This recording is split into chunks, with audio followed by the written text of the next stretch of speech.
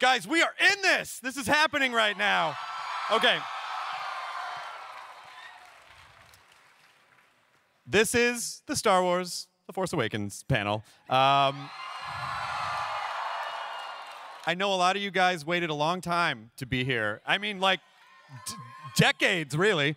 And so I'm also here to tell you that you're not going to be disappointed. And someday you will look back and get to your grandkids will be like, shut up, Grandpa. I was at the Force Awakens panel and back in 15. And they'll be like, shut up. So I want you to really think about this and experience it and enjoy it as it's happening, okay? Because this is an experience that just this group of us will have for the rest of our lives. I would now like to introduce and bring out to the stage Kathleen Kennedy, a man by the name of J.J. Abrams,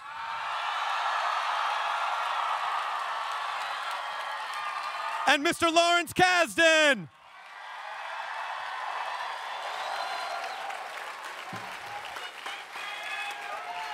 Obviously, I think a lot of people out there know that Star Wars is 100% dependent on the fans in this room and all over the world since 1976.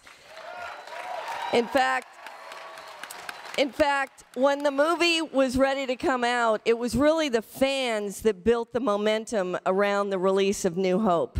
So we are right back in full circle, and we want to say thank you to all of you. We're editing. We have a cut of the movie. We're in this extraordinary moment where we're doing fine-tuning, and I say extraordinary because in this business, a lot of times there are release dates before there are scripts, and to have the time and to have Disney give us the time to do it right is not a small thing. And so we're working hard to make the movie more of what it wants to be.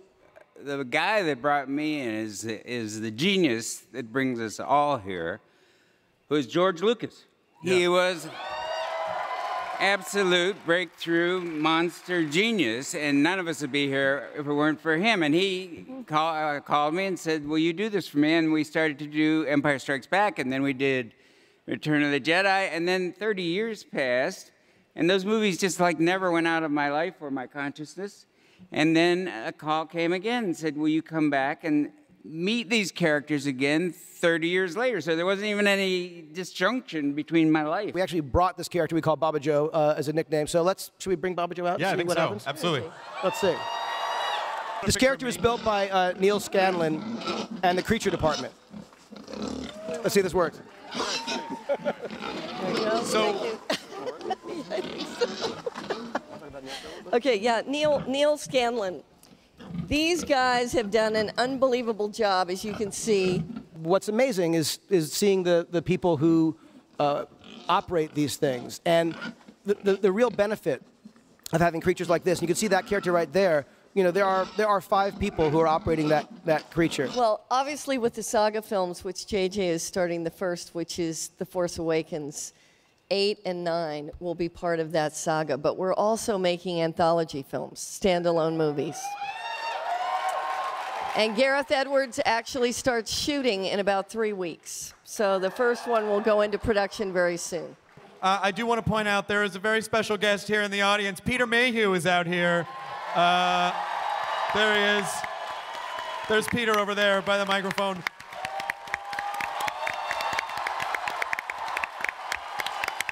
Now we're going to meet some of the cast, some of whom I know you guys got to talk to a little bit at Celebration, so let's bring them out. Playing Finn, John Boyega is here.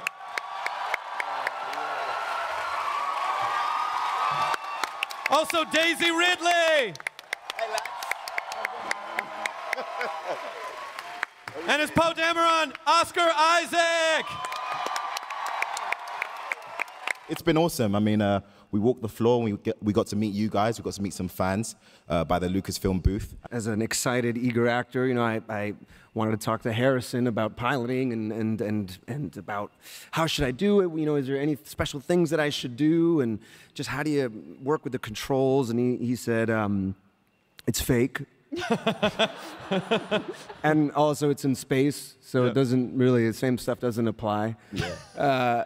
And I said, got it, I can do that. But you know, I think really it was taking on, you know, the character of Poe. He takes on that legacy, not only of Han, but of Luke, of being these heroic pilots. Because if you think about it, these characters, they lived those stories that we all grew up with. They grew up at the same time as those stories, you know? I mean, Poe was probably, he was there watching on Yavin, you know, when the medal ceremony was happening, thinking, I want to be that. I want to be a hero, and I want to take up that mantle. And I think that's what he does, you know? He even sometimes recklessly so. But yeah, so really connecting it to that old world, it was special. Going from an outside fan, going into filming Star Wars, I think working with the legends that have already made this kind of universe and are coming back to it was everything we could have hoped for and more. They're funny and warm and welcoming and made us feel as part of the universe as they already are. So it was great. We did a crazy panel to 6,500 people. Yep. Was that 6,500 exactly? I think so. They're all right there now. And now we're going to have an insane concert on this gorgeous day in San Diego. And everyone got lightsabers. I went green. Controversial. Yeah. I think sharing it, you know, there was so much preparation time and introspection and how do I do this and, you know, what can I bring to it and talking with JJ and filming it, but sharing it with everyone finally, I think that's probably the most special part of the whole thing. Yeah. What he said. I think we have a chance to continue a legacy and continue it well and pay respect, but at the same time go off on a new adventure, obviously with us, the new characters. So it's a great balance of both, and I'm very, very happy to be a part of this. I had heard about Comic-Con before I even knew what it was. Like, it's just a point of reference. Yeah. And obviously we started with Celebration, which was a massive thing just for Star Wars. Yeah. And then to come here, which celebrates so many amazing things, and then be able to be in Hall H and kind of have as much interaction as possible with the people that are going to see the film is an amazing thing. Yeah, and then, you know, the reaction when Harrison came on stage and really feeling the completion of the whole thing. You know, it was amazing. It was a standing ovation and just to see how, well, and for him, it was very generous of him too to come here for the fans and yeah, it was great. I have to say this is my second time being at Comic-Con, but it's nothing like my first. And it's just so great to be exposed to fans who are so passionate about Star Wars and so passionate about the characters and who are very, very excited to be opened up into a new story. So yeah, it was good. There is a symphony orchestra about to perform the music of Star Wars to 6,500 fans with lightsabers as the sun goes down. It sounds amazing. Yeah. And we all can't wait to see it. Oh yeah, for sure. You know, I have to say, I don't think that there's anything more important than the fans when it comes to Star Wars. And Comic-Con is sort of the quintessential event for fans. Yeah, this is for the true believers. Yeah. And there's a lot of them out there.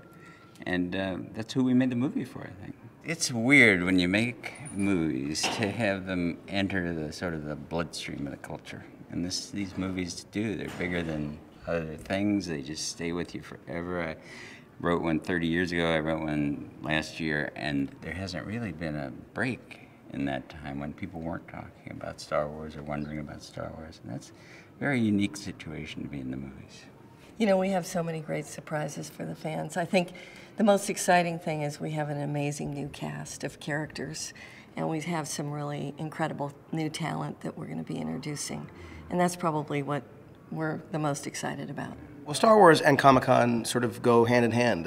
Star Wars was at the very beginning of Comic-Con, and so it was obviously a natural fit to be here, and we're just so excited to talk to the fans and show them some surprises we got in store. Certainly there, you know, on a movie like this, there's always going to be a ton of visual effects and green screen and the like, but the key for all of us was to make a movie that felt authentic, and it's almost impossible to make something that feels authentic if it isn't. And so despite all the visual effects that are undoubtedly going to be all over the movie, the amount of builds that we were able to do, the construction of not just sets but other but characters and the props and things that might otherwise be done in post, it allowed the actors to actually physically be there on locations with actual structures and creatures that they could interact with, and it gave the whole thing it took something that could be a real effort to sort of make something look real, and it made that part effortless, and then we could concentrate on other things that were more important, like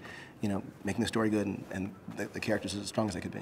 Every stage of the process is sort of a thrill, especially on a Star Wars movie. Nothing about it is normal. So the idea that you're prepping, a Star Wars movie, it's like you're prepping a Star Wars movie. When you're shooting it, you're shooting a Star Wars movie. Doing interviews about the Star Wars, nothing is normal.